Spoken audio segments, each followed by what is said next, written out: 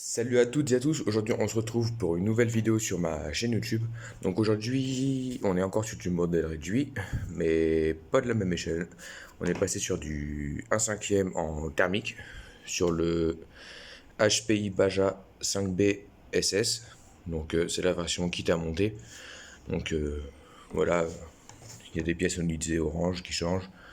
Le moteur qui est en 26 cm3 le 23.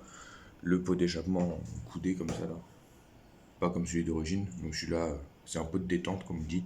C'est pas un pot qui étouffe le moteur. Donc voilà. Donc c'est un véhicule d'occasion, hein. Voilà, il va pas coûter très cher. Il m'a coûté un peu moins de 600 € en tout. Donc voilà. C'est un véhicule qui est vendu, de mes souvenirs, neuf. Il vaut 1 400 €, il me semble, en version kit à monter. Donc voilà. Donc je l'ai eu il y a maintenant 3 jours. Et j'ai pas réussi à le démarrer une fois encore. Donc au début je comprenais pas, donc j'ai démonté tout le moteur. Donc en fait au niveau du carburateur de base il était bouché. Donc j'avais beau pomper, quand on démontait la bougie en haut et qu'on tirait la tirette, il n'y avait pas d'essence qui arrivait dans le moteur. Donc ce que j'ai fait, j'ai démonté tout le carburateur, j'ai soufflé dans les différentes entrées et tout, donc j'ai réussi à tout déboucher. Mais je crois qu'en démontant, j'ai dû péter des joints ou quoi, puisque maintenant ça pisse de partout. Donc là, j'ai réussi à retrouver des carburateurs à quelqu'un qui en avait en masse, donc pour pas très cher. Donc je l'ai changé samedi, donc normalement il devrait rouler à partir de samedi.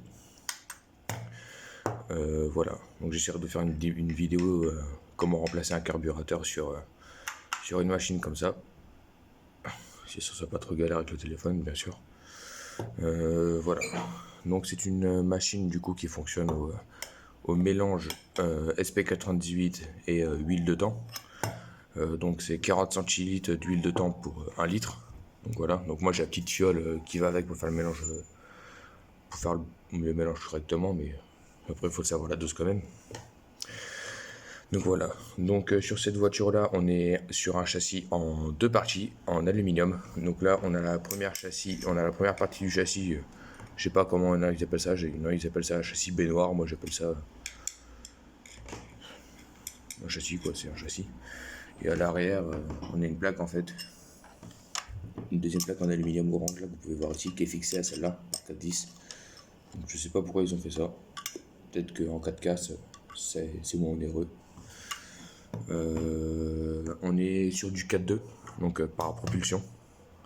Donc l'avant n'est pas. Voilà, l'avant est totalement libre, hein. Voilà.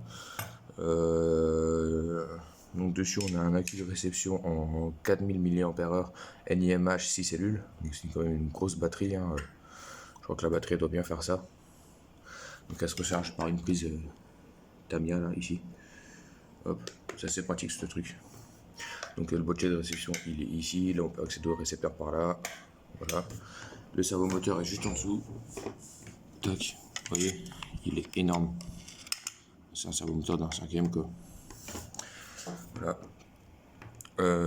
Donc c'est à peu près tout ce que j'ai à dire dessus. Donc la voiture, je l'ai eu quasiment neuve, hein. Regardez le châssis. Le châssis, il n'y a vraiment rien à redire. Excusez-moi parce que ma cam elle est pétée. J'ai fait tomber mon téléphone, donc avec le soleil c'est pas facile. Voilà, le châssis est quasiment pareil. Donc bien sûr après dessus, j'aurais des frais à faire dessus. Par exemple le carburateur, là, il va être changé. Je vais mettre un servomoteur plus rapide et plus coupleux pour les gaz freins. Je vais sans doute changer les freins aussi. Puis après voilà, et racheter un nouveau carénage, puisque le carénage que j'ai eu d'origine, bah, il a déjà pété quoi. J'ai essayé de le réparer, mettant de la colle forte et tout. Ça tient pas. Donc voilà. Bah, j'ai une deuxième fuite ici au niveau du réservoir, super. Faut toucher par ça aussi. Donc voilà. Donc dessus on est. Attendez.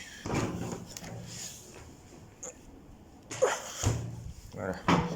Donc dessus on est du coup transmission avec une cascade de pignons.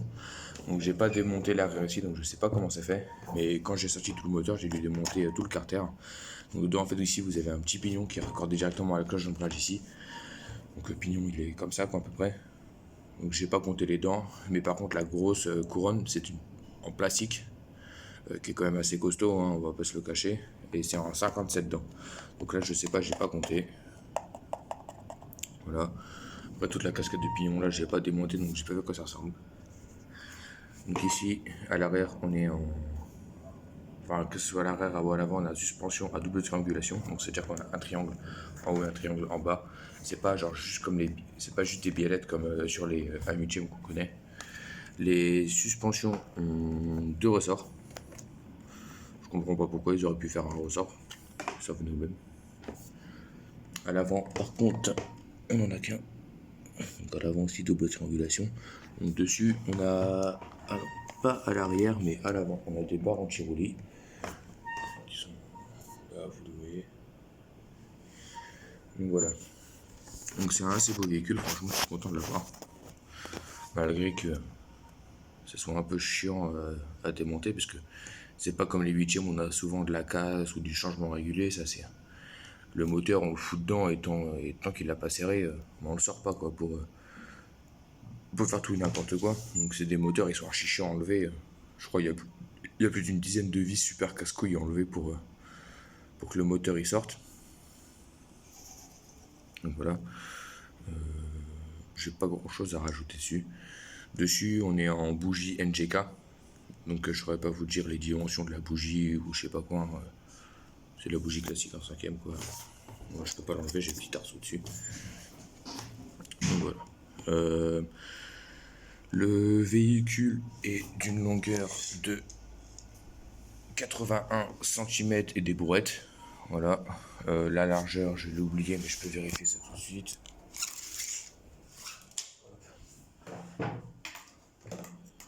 Donc la largeur, on a 44 cm de largeur. Et de hauteur, on est à un peu moins de 30. Voilà, pour un poids total à vide de 10 kg 2. Donc c'est lourd franchement à porter une main, c'est galère mais ça se fait. Moi je la trimballe dans les transports la bagnole, hein, donc voilà. Donc après on a pu constater avec mon ami, parce que j'en ai pris un pour mon ami aussi du coup, pour ses 20 ans, donc pour son anniversaire. Donc c'est moi qui est parti aller le chercher, mais c'est lui qui a fourni de quoi l'acheter quoi. Mais c'est moi qui a fait le déplacement et qui l'a ramené. Donc on a pu constater que si on enlève les autocollants, il y a tout un passage de câbles dans les tubes là en fait, où on peut mettre des phares en fait. C'est même plus des LED, c'est des phares qu'on peut mettre à la place de ces trucs là. Donc les câbles, je sais pas par où ils rentrent exactement, lui il avait vu ça. Puis merde, après ça, les LED c'est son data, c'est pas le mien. Donc là, ici on a un carbu à starter. Donc je sais pas encore très bien comment ça s'utilise. Hein. On m'a dit pour amorcer le moteur, il faut fermer le starter. Et après quand on veut allumer la bagnole, bah, on l'ouvre. Et moi mon ami me dit qu'il faut pas l'ouvrir à fond. Donc je sais pas. Je verrai, je testerai et on verra bien comment ça démarre. Hein. Donc voilà.